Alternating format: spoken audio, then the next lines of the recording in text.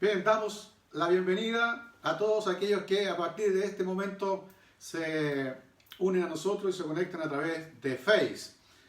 Gracias a Dios por estar juntos una vez más. Amén. Paren el mundo que me quiero bajar. ¿Escucharon alguna vez esa frase? Sin duda. Una frase que la asocia o le da la autoría a Aquino a través de su personaje, de esta niña, esta chica, Mafalda. Paren el mundo que me quiero bajar. Porque pareciera que las cosas que están ocurriendo en nuestro planeta son cada vez más desesperanzadoras.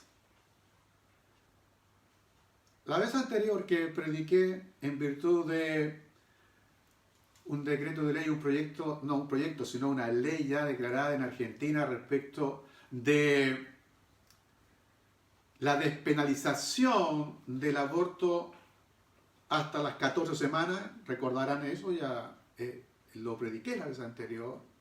Estamos hoy día frente a esta pandemia y un virus que no se va y cada vez se fortalece más y parece ser más letal. Estamos encerrados en nuestras casas, hay gente que lo está siguiendo y hay otros que en total inconsciencia, en total rebeldía, sin tener el cuidado por quiénes son sus adultos mayores, no guardan y simplemente hacen que el virus vaya más y más abundando a nuestro alrededor, contagiando a nuestro alrededor. Vemos cómo las potencias se ven afectadas, cómo los que fueron algún minuto ejemplos en términos de seguridad y de democracia se ven sobrepasados, cuando las falsas noticias inundan las redes y hay gente que cree y actúa en virtud de eso. Leí una carta que una mujer adulta envió a un diario y quiero compartirla con ustedes. Compartir parte de esta carta. Dice: hace ya un tiempo que estoy haciendo presente en diversos espacios la posibilidad de que las personas mayores de 65 años, en plena posesión de sus facultades físicas y cognitivas, puedan seguir trabajando mucho más allá de su edad de jubilación. Ustedes saben que incluso ahora ya hay algunos proyectos para alargar la edad de jubilación para tratar de recuperar lo que se ha ido producto de los 10%. Continúa la carta. Con el mismo ahínco, quisiera declarar públicamente, ahora que estoy sana, que quiero tener el derecho a poner fin a mi vida en caso de una enfermedad terminal y dolorosa. Por este motivo, he sostenido un pacto con mis familiares para que, dado ese desafortunado caso, me acompañen a uno de los países que permiten la eutanasia, a realizar este deseo final. Estos lugares, dice ella en su carta, ya han estudiado muy bien el tema, han legislado sobre él y compasivamente acogen a aquellos que desean poner término a su sufrimiento, con reglas muy claras sobre los procedimientos. Continúa diciendo: entiendo que es difícil para la mayoría de las personas poder viajar al extranjero para tener, y aquí apunto la frase que va a decir, para tener un buen morir. Por las razones que fueran, me parece lógico que su voluntad pueda ser realizada en nuestro propio país, llevando a cabo su decisión rodeada de sus seres queridos y en paz con su autónoma decisión. Otra frase que quiero rescatar: autónoma decisión. Firma con su nombre y su profesión. Ella es ingeniero comercial y gestora cultural. Esta carta que ella envió al diario la tituló Morir en mi país. Por eso puse a esta primera parte de mi mensaje, que no voy a poder alcanzar a tratar todo el tema hoy, le puse precisamente así: morir en mi país. Y su carta tiene relación precisamente porque días antes de que la enviara ella, la Cámara de Diputados de nuestro país aprobó el proyecto de ley, la idea de legislar sobre la eutanasia. Para ser preciso, fue el jueves 17 de diciembre cuando por 79 votos a favor, 54 en contra y 5 abstenciones se aprobó el proyecto que le permitiría, bajo ciertas condiciones, a las personas en Chile a solicitar la eutanasia. Esta ley tiene el nombre llamado Muerte Digna y Cuidados Paliativos. Bueno, a partir de ese minuto y a partir de ese momento, como era de esperar, se vieron un sinnúmero de opiniones vertidas a través de todos los medios. Personas del quehacer distinto nacional, de distintas profesiones, juristas, filósofos, sociólogos, periodistas, abogados y primordialmente médicos, muchos médicos. He leído muchísimas opiniones desde el minuto en que salió la promulgación de este proyecto de ley. He leído algunos trabajos de algunos profesionales de fuera, desde el extranjero, de otros países que ya han pasado y han vivido esta situación. Y después de leer muchísimo de esto, muchísimas opiniones al respecto, me puedo formar la idea de que, además de que este es un tema complejo, como son todos los temas valóricos, siempre muy complejos de ser tratados, es que es por lo menos hasta ahora imposible aunar los criterios. Llegar a un consenso se ve extremadamente difícil, si es que no imposible. Puede haber mucho diálogo, puede haber mucha conversación y siempre eso es bueno, pero un consenso en esto lo veo extremadamente difícil. ¿Por qué? Porque hay dos posturas. Hay dos posturas que se contraponen a esto. Por un lado, están aquellos que piensan que la vida es un bien superior, que la vida es un derecho humano fundamental y que este derecho se debe cuidar independientemente de las características o de la opinión de las personas, de los pacientes en este caso. Y por otro lado, están aquellos que tienen la postura de que la autonomía de la persona es la que prima en esto. Es decir, según esto, es la decisión de cada quien, de cada persona, la que, teniendo la información precisa, clara, pueda pedir, solicitar la eutanasia o la muerte asistida. Y esta acción la lleva a cabo un médico, en un centro médico.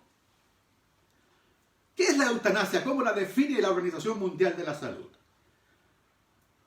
La definición es la siguiente, y si quieres la notas. Es el acto de provocar de manera intencionada. Esa palabra hay que resaltarla. Es la manera, es el acto de provocar de la manera intencionada la muerte de una persona a solicitud de ella.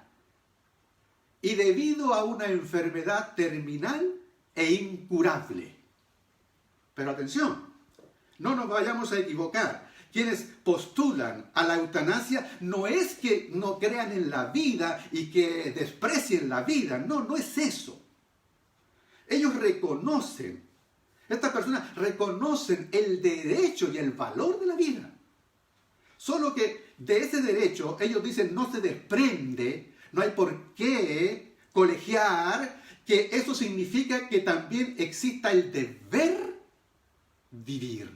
Es decir, no debiera ser obligado a vivir una vida de dolor y sufrimiento, particularmente cuando no exista cura para su enfermedad. Entonces, el problema está planteado. Esa es la situación. Y eso es lo que quiero que tú y yo pensemos y en nuestras casas también dialoguemos al respecto. La pregunta ¿es un derecho rehuir, evitar el sufrimiento mediante la muerte, o en cambio hay que soportarlo hasta que llegue la muerte por sí sola? ¿Qué valor tiene la vida para ti? ¿Cómo la valoras, la vida del ser humano? Aquellos que la consideran como un derecho fundamental, ya dije, y que debe cuidarse independientemente de la característica que pueda tener la persona o el paciente en este caso, lo que está detrás de ello es que esa independencia es una independencia de la subjetividad del pensamiento de esta persona. No es un tema subjetivo, tiene que ser objetivo. Me explico, para ser ojalá más claro. Es decir, la vida de alguien es valiosa en sí, por sí misma, y va más allá de lo que esta persona pueda sentir o experimentar. En esta opción, en esta idea, en aquellos que están amparados allí, lo que están diciendo es que no depende del significado que la persona piense de la vida. No depende de cuán feliz, ni de cuánto dolor esté experimentando, ni de cuánto dolor esté sufriendo. La vida vale independientemente de eso. Esa es la postura. La vida sería un valor moral, objetivo, basado en que esta es un don, un regalo para el ser humano. Y esto no es religión, Esto no es cristianismo, esto no es budismo, no es una religión maometana, no es islamismo, no. Esto es independiente, esta es una ley moral donde la conciencia humana le dice al ser humano que la vida vale independientemente de si ella satisface o no a quienes la viven. Porque todos recibimos esto al nacer, incluso antes de ello. Nadie consigue la vida, simplemente la tienes. Y ya nosotros sabemos de quién la obtenemos y otros dirán tal vez no hay respuesta, pero todos la tienen. Es un bien que lo recibimos. En relación al sufrimiento humano, hay un libro en la Biblia que lo trata de una manera magistral. De hecho, este libro influenció muchas obras. Este libro tú vas a encontrar influencia en la Divina Comedia de Dante, en la poesía de Milton, en su gran poesía El Paraíso Perdido, Goethe en su obra Fausto, bueno, y tantas otras. En este libro nosotros podemos encontrar que no hay respuestas fáciles para el tema del sufrimiento y del dolor del ser humano. En este libro vamos a encontrar que el dolor y el sufrimiento es común a todas las personas. Y no hay cómo evitarlo, como diría una canción de Serrat, en relación a nuestros hijos. No hay manera de evitar que ellos sufran. Este libro nos revela que el sufrimiento es un misterio. Que la sabiduría y el entendimiento humano no es capaz de dimensionar, de entender, de poder explicarlo en su total dimensión. Y quizás lo más relevante que nos enseña este libro es que no podemos juzgar a aquellos que están sufriendo y las cosas que puedan decir producto de ese sufrimiento. Para quienes han escuchado de este libro, me refiero al libro de Job. En el libro de Job, algunos tal vez nunca lo han leído, pero han escuchado. O sea, se trata de alguien, dice, que sufrió hasta lo indecible. Es lo que más pueden saber, tal vez, si es que no lo han leído. Y este libro, que es una obra mayoritariamente poesía, ya hay muy poca prosa al comienzo solamente y al final, pero es una poesía hebrea muy rica, muy exquisita, en cómo esta entrega estos conocimientos sapienciales de lo que es el sufrimiento y el dolor del ser humano. Y este personaje, el héroe de este libro, Job, que tenía muchas posesiones, vivía muy bien. Para algunos incluso era una especie de rey local, tenía de todo lo que tú te puedas imaginar que tiene una persona de un muy buen pasar, de un muy buen vivir. Y de la noche a la mañana, una turba de bandidos vienen y los asaltan, una turba, muchísima gente, y robó todo lo que se pudo robar y lo que no pudo robar lo destruyó. Y Job quedó sin posesiones alguna y aún con lo poco que quedó, él trató de ponerse en pie, levantarse, tratar de poder reconstruir nuevamente, y cuando todavía no tenía nada, tenía todavía las heridas y el dolor de haber perdido lo que él tenía a través de este robo, a través de este asalto. El libro dice que vino una tormenta eléctrica y a las personas que estaban trabajando en el campo, a todos sus trabajadores junto con sus animales, murieron, producto de la tormenta eléctrica. Rayos que consumieron esas vidas de animales y de trabajadores. Pero lo peor aún estaba por venir. Pasado el tiempo, todos sus hijos están celebrando en la casa de su hermano mayor. Y de repente, una tormenta feroz en el desierto sopló con fuerza huracanada, levantó vientos terribles, y la casa donde estaban todos los hijos de Job se derrumbó y murieron todos aplastados. Perdió todos sus hijos, antes sus posesiones, sus trabajadores, su fuente laboral, y ahora todos sus hijos. ¿Qué más le puede pasar a un ser humano, por Dios? Allí, sin que claramente se lo pudiese esperar, como suelen venir todas las malas noticias y los malos momentos, demolido por la situación, seguramente con todas sus defensas en su cuerpo hasta el suelo sin tener nada, la Biblia continúa y dice que le vino una enfermedad. Se llenó todo su cuerpo de llagas, de heridas, que no tenía cómo calmar el dolor de las heridas, que lo único que podía hacer era tomar un pedazo de teja, una piedra, y rascarse con ello todas las heridas en su cuerpo. ¿Te puedes imaginar? ¿Puedes verlo en tu mente? ¿Puedes ver a este hombre allí perdido todo, absolutamente, sus hijos, y ahora con una enfermedad incurable, y tratando simplemente de aliviar, porque no habían allí tratamientos paliativos, y sin tener alcance a ello ni alguna mejora, lo único que atina es a tratar de rascarse en su dolor, en su sufrimiento, en su angustia, con piedras en sus llagas. Favor, ten en cuenta lo siguiente. Tú y yo, que hemos leído este libro, podemos saber cómo esta historia termina. Y lo más importante, desde mi punto de vista, es que sabemos cómo empieza esta historia. Es decir, Job no tiene la más remota idea. No sabe por qué está sufriendo esto.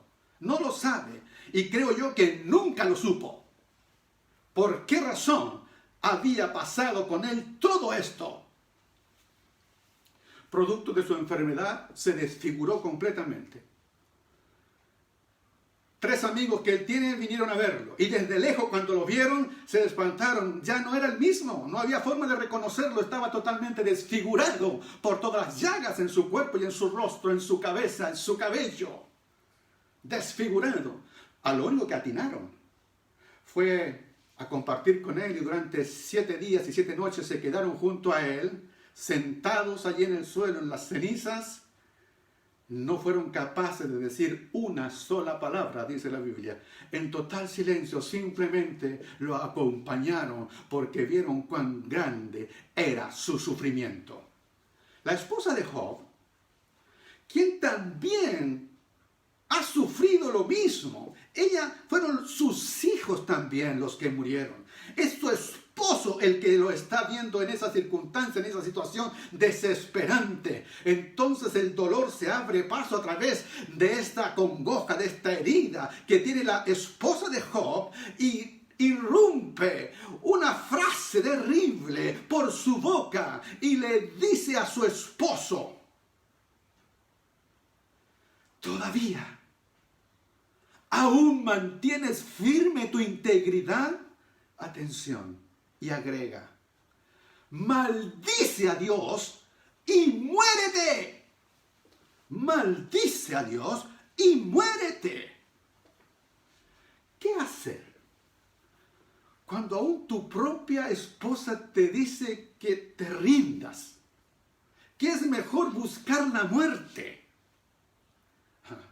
Cuando vemos a Job, vemos cómo los pasos del sufrimiento en el ser humano se van cumpliendo. Cuando la reacción humana que tenemos frente a este dolor viene de golpe, te sacude, te aturde.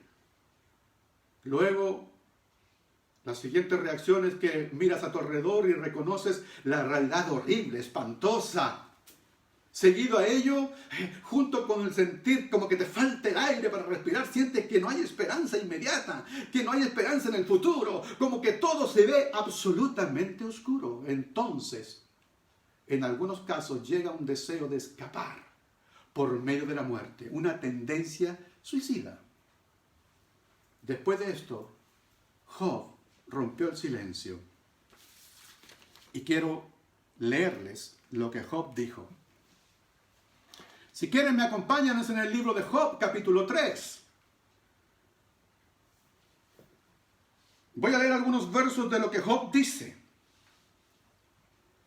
En el verso 3 dice: que perezca el día en que fui concebido, y la noche en que se anunció, ha nacido un niño. Que ese día desaparezca, dice Job. Mira el verso 10. Pues no cerró el vientre de mi madre ese día, ni evitó que mis ojos vieran tanta miseria. ¿Por qué no perecí al momento de nacer? ¿Por qué no morí cuando salí del vientre? ¿Por qué hubo rodillas que me recibieran y pechos que me amamantaran?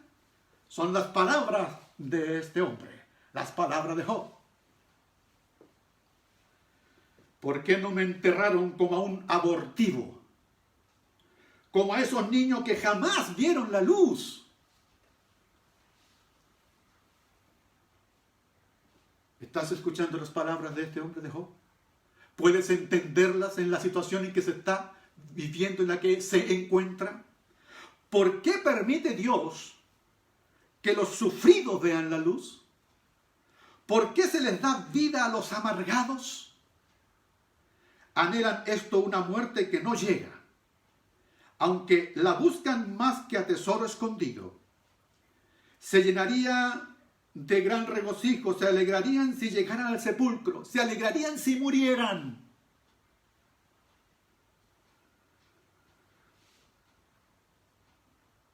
Anhelan estos una muerte que no llega, aunque la buscan más que a tesoro escondido. Se llenarían de gran regocijo y se alegrarían si llegaran al sepulcro. ¿Por qué arrincona Dios al hombre que desconoce su destino? ¿Por qué Dios hace eso? Aquellos que desconocen cómo va a terminar todo esto. Antes que el pan me lleguen a los suspiros, antes que el pan me llegan los suspiros, mis gemidos se derraman como el agua. Lo que más temía me sobrevino, lo que más me asustaba me sucedió. No encuentro paz ni sosiego, no hallo reposo, sino solo agitación. Esa es la voz de este hombre, ese es el pensamiento en la situación en la cual él se encuentra. Iglesia, hijo e hija del Señor, tú que escuchas mi voz en este instante, quien pide la muerte para sí, generalmente no lo hace porque desee morir, sino más bien porque siente que no puede seguir viviendo de la manera que lo está haciendo. No es posible para él o para ella. No tengo más tiempo y terminaré con esto seguramente en un par de semanas más. Solo decir que para el cristianismo la vida es sagrada, es inviolable. Dios como el creador, como el Señor, es el único dueño de la vida. Pero ¿qué hay de quienes no creen en Dios? Para aquellos que la Biblia no es la palabra de Dios, que no es su regla para vivir. ¿Qué de ellos?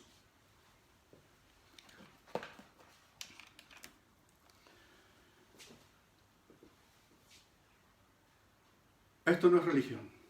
Ya lo dije, esta es parte de la ley moral natural de Dios, de la conciencia humana. El derecho fundamental de la vida. Pero está bien, ya dijimos que este derecho no obliga a un deber vivir. Entonces pareciera ser que la eutanasia no es un problema. No es suficiente declarar el valor, el objetivo que tiene la vida. Pues esto no implica que este valor se pueda exigir. No podemos exigir imponer este valor, como no podemos exigir que las personas crean en los valores cristianos. No podemos exigir la justicia, no podemos exigir la esperanza, no podemos exigir el amor, no podemos exigir la fe. Esas cosas no las podemos dar por exigencia hacia las personas. No tengo más tiempo. La próxima semana daré mi opinión de por qué y mis argumentos de por qué, más allá del concepto bíblico religioso, que hay quienes no lo compartirán y respetaré aquello, pero hay razones que no tan solo son de fe, sino que hay razones juristas, hay razones sociales, razones psicológicas y emocionales y económicas que hacen que la eutanasia no sea la mejor opción. Termino diciendo lo siguiente. Para el mundo que me quiero bajar, fue la frase que le asocian a Mafalda. Su autor dijo que esa frase es falsa. Mafalda nunca la dijo. Quino dice, esa frase no la puede haber dicho este personaje Mafalda, porque Mafalda quiere que el mundo mejore. Ella nunca hubiese pedido que el mundo parara, ni ella querer bajarse. El pensamiento de Mafalda sería mejorar el mundo. Es lo que dice su autor. Yo encuentro en la Biblia cosas, inclusive que van en esa línea, más poderosas. Es posible tener un mundo mejor solo si tenemos la fe y la esperanza en quien está con nosotros en todas circunstancias, nuestro Dios.